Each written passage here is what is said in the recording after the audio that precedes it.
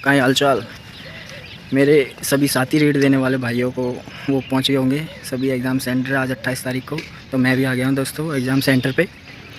अब ये 7:30 बजे हैं, 8 बजे से एंट्री है। तो ड्रेस कोड के अनुसार आया हूँ, हाफ टी शर्ट में, लोवर है नीचे और चप्पल। तो अभी घुसते हैं थोड़ी देर में अंदर। स्कूल सामने ही है और बाद में देखेंगे कि यार पेपर कैसे आया, यहाँ से पूछने की भी कोशिश करेंगे अगर टाइम मिला तो स्टूडेंट से। तो बने रहना साथ में यार और अपना बेस्ट करना। एग्ज़ाम सभी को बहुत बहुत बधाइयाँ अग्रिम, और सभी उत्तीर्ण हो इस एग्ज़ाम में, ऐसी कामना करता हूँ। तो अपना बेस्ट करना यार, ऑल दी बेस्ट सभी को। मेरा स्कूल सामने है, ये पास में ही। तो सब मस्त देना पेपर, मिलते हैं बाद में। कैसा हुआ आप सभी का रीट का पेपर? आज 28 तारीख में एक ही पारी थी, थर्ड पारी, उसमें मैं भी गया था देने के लिए। तो वहाँ तो डिस्कस नहीं कर पाया अपन के लोगों से कि कैसे क्या पेपर आया, क्योंकि एग्ज़ाम होने के बाद भागने की पड़ती है कि कैसे कैसे साधन मिले घर पहुँचे। तो उसके बाद मैं आ गया और कुछ जितने मुझे क्वेश्चंस याद थे वो मैंने लिखे हैं। तो मैं आप सबके साथ वो डिस्कस करना चाहता हूँ कि कौन कौन से क्वेश्चन आए, उनके क्या आंसर है सही, और आप भी बताएंगे मुझे कमेंट करके कि क्या आंसर है उनके। और बाकी इसका रिव्यू ओवरऑल देखे तो साइकोलॉजी जो थी, मनोविज्ञान, ईजी थी, इतनी हार्ड नहीं थी। ना ही इसमें कोई ज़्यादा सिद्धांत पूछे गए कि सिद्धांत रटो, ये थॉर्नडाइक ने दिया, पावलोव ने दिया, ये फलाना ने दिया इतने नहीं पूछा इसमें। आए थे एक दो क्वेश्चन आए थे, 2-3 आज के पेपर की बात कर रहा हूँ मैं। और बाकी साइकोलॉजी ईजी थी, ज़्यादा हार्ड एंड टफ नहीं थी। तो आराम से पढ़ने वालों के तो कम से कम 30 में से 28-29 तो आराम से बैठ रहे होंगे आज के पेपर में। बाकी जिन्होंने नॉर्मल पढ़ाई की है उनका साइकोलॉजी में 25 स्कोर बैठ जाएगा आराम से। इसके बाद बात करें तो हिंदी कैसी आई भाई? हिंदी में थोड़ा सा व्याकरण की अच्छी पकड़ है जिसकी, वो व्याकरण में अच्छा किया होगा उसने। बाकी व्याकरण ही टफ थी थोड़ी सी, मुझे टफ लगी। बाकी आप लोगों को इजी लगी होगी क्योंकि आप लोगों ने अच्छी तैयारी कर रखी होगी व्याकरण से। बाकी हिंदी में जो शुरू के क्वेश्चंस थे वो इजी थे। तो बाकी हिंदी में भी आराम से 30 में से 15 के ऊपर से, नॉर्मल पढ़ाई करने वालों की बात कर रहा हूँ, 15 के ऊपर आराम से ला सकते हिंदी में, ज़्यादा टफ नहीं थी। उसके बाद संस्कृत था जिन लोगों का, किसी और का आपका अलग होगा शायद। तो संस्कृत की बात करूँ तो संस्कृत मुझे टफ लगी। संस्कृत में कम से कम ज़्यादा नहीं तो 30 नंबर में से कम से कम लगाया तो 12-13 नंबर आराम से ठीक हो सकते थे, ऐसा लगा मुझे अपने हिसाब से। और बाकी आप लोगों ने तो किए होंगे, 30 में से टेक दिए होंगे पूरे। कितने टेके बताना कमेंट में, कितने आपको लग रहा है कि ठीक हो गए होंगे बिल्कुल एग्जैक्ट। बाकी आ जाते हैं हम SST, सामाजिक अध्ययन, जो कॉमन सबके पास था। उसमें से काफ़ी क्वेश्चन जो मुझे याद थे मैंने लिखे हैं और उनके आंसर डिस्कस करते हैं अपन लोग। मैंने ये 2 पेपर बना लिए भाई, इनमें आंसर लिखे हैं और क्वेश्चन लिखे हैं। ये देखो इस साइड भी है पूरा, अभी कैमरा फ्रंट कर रखा है तो ये आपको उल्टा दिख रहे होंगे। बाकी मैं आपको PDF इनकी डाल दूंगा, टेलीग्राम चैनल आप ज्वाइन भी कर सकते हो, मैं इसकी लिंक दे दूँगा। और ये है 2 पेपरों सीट पर लिखा है मैंने, तो इनको देखते हैं एक बार अपन। तो सबसे पहले बात करें तो जैसे ज़्यादा टफ तो नहीं था ये SS का पेपर, SST का। इसमें कम से कम 60 में से आप लोग आराम से बैठा दोगे, 30 से ऊपर, है ना।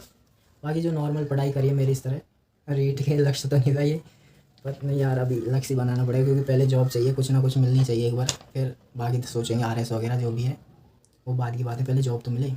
तो इसमें ठीक ठाक बंगाल आर्मी की पौधशाला कहाँ पे है भाई? आप लोगों ने क्या किया इसका आंसर मुझे कमेंट में बताना। बंगाल आर्मी की पौधशाला इसका राइट आंसर है, अवध में है। राउरकेला संयंत्र किसके सहयोग से स्थापित हुआ? राउरकेला संयंत्र जर्मन के सहयोग से हुआ, तो इसका जर्मन ऑप्शन में था, जर्मनी, तो जर्मनी इसका राइट आंसर है। पंडित हरिनारायण शर्मा द्वारा निर्मित संस्थाएं कौन सी नहीं है वाला पूछा था, तो ये आप लोग कमेंट करके बताना, इसका मैं डाउटफुल हूँ।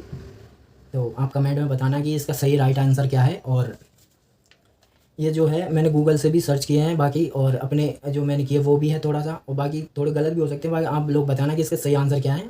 मैं क्वेश्चंस बता रहा हूँ आप लोगों को। अनुच्छेद 137 में सर्वोच्च न्यायालय के निकायों की समीक्षा किसके लिए कौन करता है? इनके लिए सुप्रीम कोर्ट ऑप्शन में था, तो इसका राइट आंसर सुप्रीम कोर्ट है।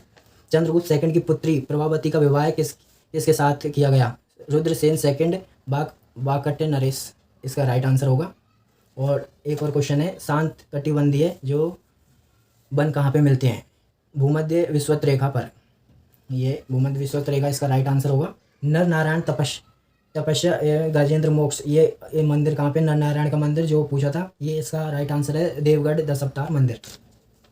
और जैन धर्म से संबंधित नहीं है, इसमें ये पूछा था, तो इसका भी आप बताना एक बार, क्योंकि जैन धर्म में ऑप्शन मुझे लग रहे थे, एक तो द्वैतवाद और रहस्यवाद थे, ये तो जैन धर्म के थे। बाकी 2 ऑप्शन में मुझे डाउट था, वो आप बताना कि राइट आंसर क्या है इसका। अनुसूचित जनजाति के लोकसभा में कितने स्थान आरक्षित है 334 ए के अनुसार।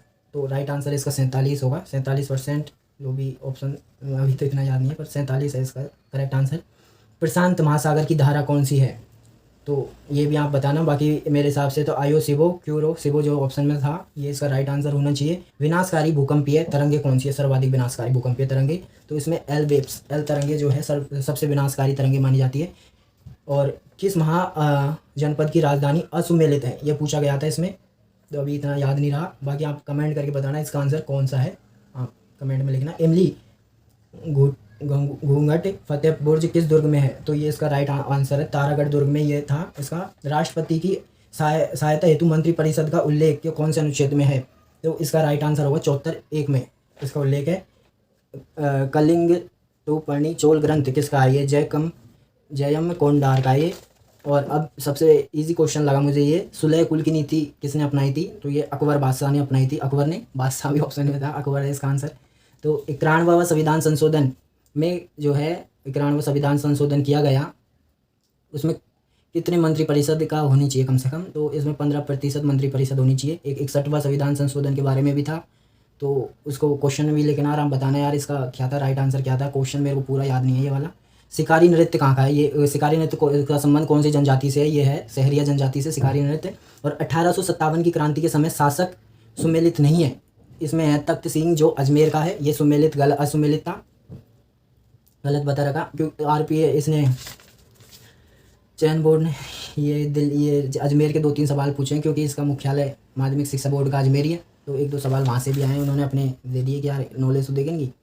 किस संत का जन्म अहमदाबाद में हुआ, तो ये इजी क्वेश्चन था। दादू दयाल जी का जन्म अहमदाबाद में हुआ। घरेलू हिंसा बचाव अधिनियम कब पारित किया गया, तो 26 अक्टूबर 2006 को ये घरेलू हिंसा अधिनियम पारित किया गया।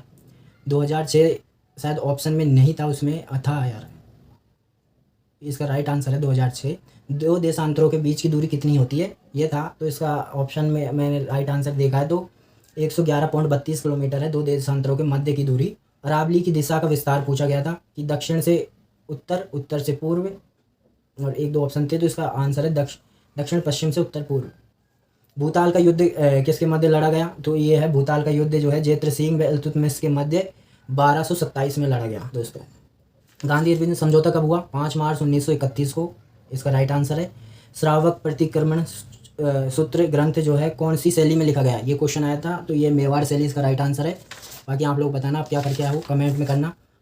भाई वीडियो थोड़ी सी लंबी हो जाएगी, क्योंकि सारे क्वेश्चन जितने मुझे याद थे मैं लेके आया और उनके सही आंसर बता रहा हूँ। वीडियो में बने रहना दोस्तों, अगर बीच में भागोगे तो यार इतनी बड़ी वीडियो बनाने का कोई फ़ायदा नहीं है, डिमोटिवेशन मिलेगा, आगे से वीडियो नहीं बना पाऊँगा। तो इसमें बने रहना, क्योंकि मैं ये सारे क्वेश्चन आपको टेलीग्राम पर भी डालूंगा। तो आगे चलते हैं। बेणेश्वर किसके संगम पर है, बेणेश्वर तो सोम माही जाखम के संगम पर यह स्थित है, इसका राइट आंसर है ये। भारत विभाजन के बाद का क्वेश्चन आया था, तो कितने सदस्य होनी चाहिए लोकसभा में, तो इसका आंसर है 299 लोकसभा में सदस्य थे भारत विभाजन के बाद। अब अपने थोड़े से क्वेश्चन बचे हैं जो मुझे याद थे। PM कौशल विकास योजना किस वर्ष लागू की गई, तो इसका राइट आंसर है 2015 में। ऑप्शन में था 2016, 2015, 2017, 2016, तो इसका आंसर है 2015। प्रथम उपदेश कहाँ दिया था गौतम बुद्ध ने, तो ये इजी क्वेश्चन था, सारनाथ में इसका प्रथम उपदेश दिया। और पृथ्वी का घनत्व पूछा गया था, तो 5.5 पृथ्वी का घनत्व ऑप्शन में था, तो ये इसका राइट आंसर है। राज्य विधान किस पर कानून नहीं बना सकती, ऑप्शन में थे पुलिस, कृषि, मुद्रा, और एक और था वो जेल खाना था। तो ये मेरे हिसाब से भाई मुद्रा पे नहीं बना सकती, क्योंकि ये केंद्र का विषय है ना मुद्रा चलाना, तो मुद्रा था इसका आंसर। बाकी आप लोग बताना कि इसका राइट आंसर क्या है और आप लोगों ने क्या किया है। राजस्थान में जिप्सम भंडार कहाँ मिले हैं, तो बीकानेर, नागौर में है ये, तो बीकानेर ऑप्शन में था, तो बीकानेर इसका करेक्ट आंसर है। बाकी अनुसूची 11 में कितने विषय सम्मिलित हैं, ये क्वेश्चन आया था, इसमें 29 विषय सम्मिलित हैं।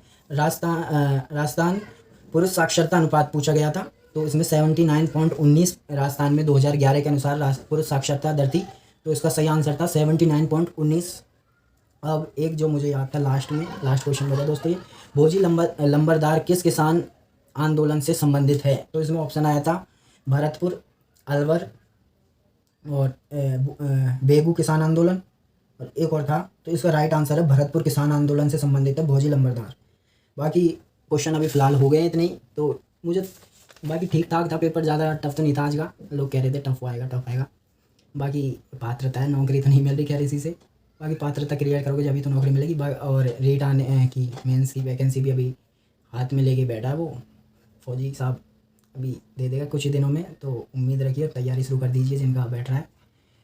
बाकी कमेंट में बताना कि यार आप लोग कितना करके आए हो, क्या स्कोर रहा पढ़ने के बाद, और जिन्होंने कम पढ़ाई की उनका क्या स्कोर रहा वो कमेंट में एक बार ज़रूर बताना। और अगर आप ये क्वेश्चन चाहिए आपको तो मैं इन क्वेश्चनों की पे लिख के अपने टेलीग्राम चैनल पर डाल दूँगा, तो आप वहाँ से देख सकते हो।